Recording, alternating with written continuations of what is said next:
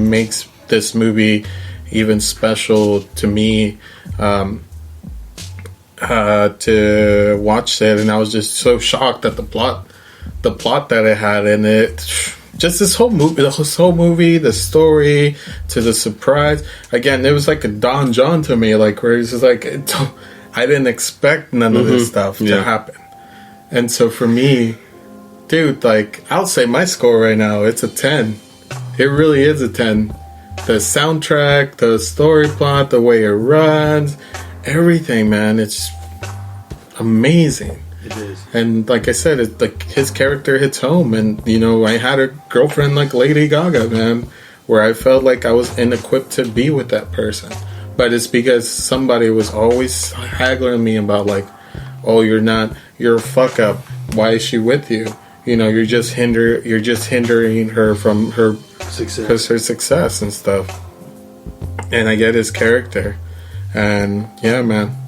So it's relatable. Yeah, relatable. Yeah. Really relatable to me. Wow. Yeah, that's good. That's definitely. Thank you. We appreciate you for sharing that, opening up like that. Yeah, that's great. Yeah, man, I feel if a lot of more people with mental illness are open about their diagnosis. And it's funny because I have the same disease in the ear as he has, because I got diagnosed the other day too. With the hearing tinnitus? loss? Yeah, with my right ear. So I have to go get a hearing aid too. Wow. So I was like looking at this, I was like, oh, this is like totally my movie. This is totally everything that this guy's going through. I'm like, oh. And but yeah, man, you know, and you know, I didn't want to watch it because I was like, oh man, this is probably gonna be the most boringest movie ever. But then I sat down and watched it, and I was like, all right, I'm sold. Don't tell me anything anymore. Months and months later, or a year later, you guys finally realize why I love this movie so much. That's amazing. Yes, yeah. What about you, James? Thoughts, feelings? Yeah, I thought it was a really good movie. I think the material is really deep and moving, and I really like the kind of battle you see between these two, kind of almost a fading star, and then the emergence of a new star, kind of, and you see how he notices how he's not up to par with her, and at a certain point she's surpassed him, and he's the boyfriend now, and you know, and she's the rock star, and I think it's a really cool thing to see, and it's I like to see that that kind of battle between him trying to accept it and then him feeling like how you said he's that fucking asshole telling him, like, you know, you're just holding her down, you know, and to a certain extent he was kind of, you know, with the drinking and stuff like that. Yeah, well, we'll get more into that later on, but just I enjoyed the movie. It was good. It's all safe right now. Nice. Yeah. Wes, what do you think, man? What do you think, Wes? We want to hear. We don't need to hear what you think. We already know. We want to hear. All right. Well, it basically stems along the lines of what Diego said. Very, very relatable. I love my material to be dark. Mm-hmm. So I love that this is a remake. Yeah. This is the third one, you know, to come down the pipe, and everything is fleshed out. The character development, the tedious soundtrack that they put together, the live performances, because you can't tell me that was easy to get them so spot on. There's so much music hidden in this film, yet it doesn't feel like a musical, because I hate musicals, and I love this movie so much because it manages to be a deep drama that involves musicians, and it doesn't feel like they're trying to be like West Side Story or Grease or anything like that's so dated. And so this was such a beautiful picture to be so dark and gritty, but at the same time have like a light at the end of the tunnel. You know what I mean? And I guess that's why I fell in love with it. I knew I was really uncertain when I went to see it. I had heard that it was amazing, but the kind of trailers they put out are kind of make it wishy-washy. Like you think it's just like whatever, like this standard kind of maybe rom-com or something with music, you know, and it's not that whatsoever. And for this to be Bradley Cooper's directorial debut, like insane, fucking home run to the maximum, you know what I mean? Everything, the shot composition, the lighting, Gaga not being a seasoned actor, she's fucking so good in this, you know what I mean? And Bradley Cooper, in a lot of ways, sometimes I feel like he outshines her when she's supposed to be shining. You know what I mean? Even being an addict, he's so fucking good and realistic in this. It's amazing. You know, and even the smaller characters like Sam Elliott as the brother, or even the little manager guy, like, yeah, you hate him, but at least he makes you feel that. You know what I mean? In his just a couple minutes of scenes, he's really not in it at all. But, you know, I don't know what to... I'll talk about some of my dislikes. Okay. I think this movie is pretty flawless, except for the fact, and this is me just being super nitpicky because I'm actually a Gaga fan. I didn't like that once she starts to become a star, like where Ali becomes this big thing. I feel like she transitions into, okay, you know, I'm Gaga now. Yeah. And I would have liked them to go a different direction where she wasn't so comfortable and kind of step out of her zone. That's where I thought it was going to go. At a certain point when she was kind of, you know, like, oh, I don't want to change my hair, and then she ends up changing it, and Bradley Cooper's like, oh, you're fucking ugly. And I was like, whoa. When that happened, I was like, Jesus Christ, that's you don't say that, buddy. But that's where I thought it was going. Yeah. And then it just kept, you know, progressing as she kind of accepted her role as this as a pop singer now. I just felt like it was too easy of like, oh, okay, I'll just like transition into being my regular Gaga self. Yeah. And it's like, well, that's not... Do you think like Bradley was just more concerned that she wasn't going to be able to pull off something like fighting and disagreeing with people and stuff like that? Like in their character wise? I don't know. Maybe like he was like, well, I'll give her a break from like... Oh, I see. Make it like easier on her in that standpoint, maybe. Yeah, she would feel more comfortable. Yeah, she felt more comfortable playing that Gaga character than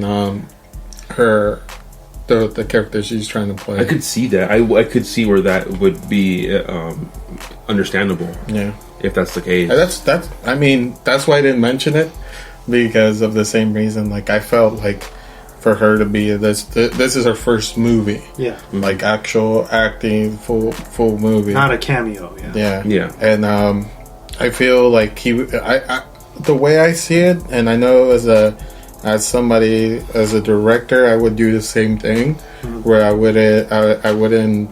I mean, it is a plot flow, because you wish you could have had that like struggle, like, oh, I don't know, like, you know, it'd be nice to see her fight back and be more resistant to it. But I think that was more reserved for like more of a seasoned actress than somebody. And I'm not